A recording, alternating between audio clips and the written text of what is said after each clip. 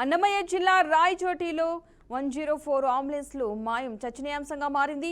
అందులోనూ మంత్రి రాంప్రసాద్ రెడ్డి ఇలాకాలో జరగడం విమర్శలకు తావునిస్తోంది. మరమ్మతులు ఉన్నాయని పక్కన పెట్టిన 4 104లు కనిపించకుండా పోయాయని రాయచోటి ప్రభుత్వ ఆసుపత్రి ఆవరణ నుంచి మాయవాడు అందరినీ ఆశ్చర్యానికి గురిచేస్తున్నాయి. 104లను దొంగిలించారంటూ 6 నెలల తర్వాత పోలీసులకు జిల్లా వైద్యాధికారి ఫిర్యాదు చేయడంతో మరిన్ని అనుమానాలకు తావిస్తోంది. ఎవరి అనుమతి లేకుండానే డంపింగ్ యార్డుకు వీటిని తరలించినట్టుగా తెలుస్తోంది. 104లను ధ్వంసం చేసి వాటి సామాన్లు అమ్ముకున్నారని ఆరోపణలు వినిపిస్తున్నాయి.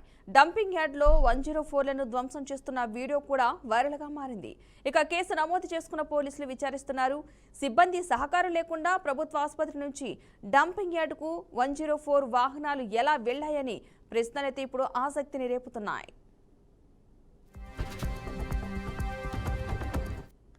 ఇదే అంశానికి సంబంధించిన పూర్తి సమాచారాన్ని మా ప్రతినిధి కృష్ణ అందిస్తారు. కృష్ణ, చెప్పండి.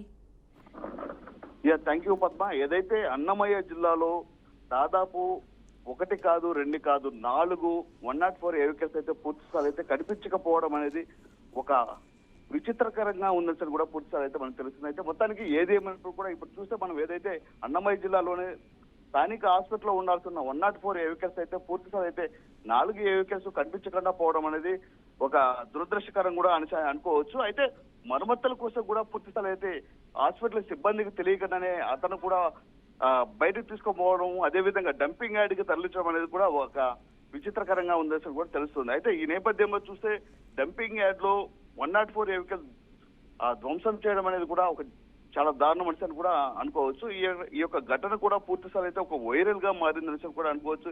ఈ యొక్క వీడియో కూడా పూర్తిస్థాయి అయితే ఆ సోషల్ మీడియాలో అయితే చక్కర్లు కొడుతుంది. అయితే మొత్తానికి చూస్తే ఈ యొక్క అన్నమయ్య జిల్లాలో సంబంధించి ఏదైతే ప్రభుత్వ ఆసుపత్రి ఉందో ఈ యొక్క ఆసుపత్రిలో అయితే పూర్తిస్థాయి అయితే మనం చూస్తే అధికారులు నిర్లక్ష్యంగానే ఈ యొక్క సంఘటన జరిగిందని కూడా మనకు పూర్తిస్థాయి అయితే తెలుస్తుంది. అయితే మొత్తానికి ఈ రోజు జరిగినటువంటి సంఘటన కావచ్చు. అయితే పూర్తిస్థాయి అయితే 104 సంబంధించి ఆ సిబ్బంది ఎవరైతే ఉన్నారో వారి మీద కూడా అనుమానాస్పదంగా కూడా వారే చేసినట్లయితే కూడా పలు రకాల ఆరోపణలు వినిపిస్తున్నాయి. అయితే మొత్తానికి చూస్తే ఈ యొక్క విషయంలో కూడా పూర్తిస్థాయి అయితే ప్రజలు కూడా ఆవేదన వ్యక్తం చేస్తున్నారు. ఎందుకంటే 104 అనేది పూర్తిస్థాయి అయితే ప్రజలకు సేవలు అందించేది. కానీ ఈ రోజు చూస్తే పూర్తిస్థాయి అయితే ప్రజలకు సేవలు అందించాల్సిన 104 కనిపించకపోవడం అనేది ఒక ఆశ్చర్యకరంగా ఉందని కూడా అక్కడ ఉన్నటువంటి ప్రజలు కూడా ఆవేదన వ్యక్తం చేస్తున్న పరిస్థితి అయితే మనకు కనిపిస్తుంది. అయితే ఇలాంటి సంఘటనలు ఎంతవరకు దారి తీస్తాయని కూడా వేచి ఉండాల్సిన పరిస్థితి ఎంతైనా ఉందని అనుకోవచ్చు పద్మ.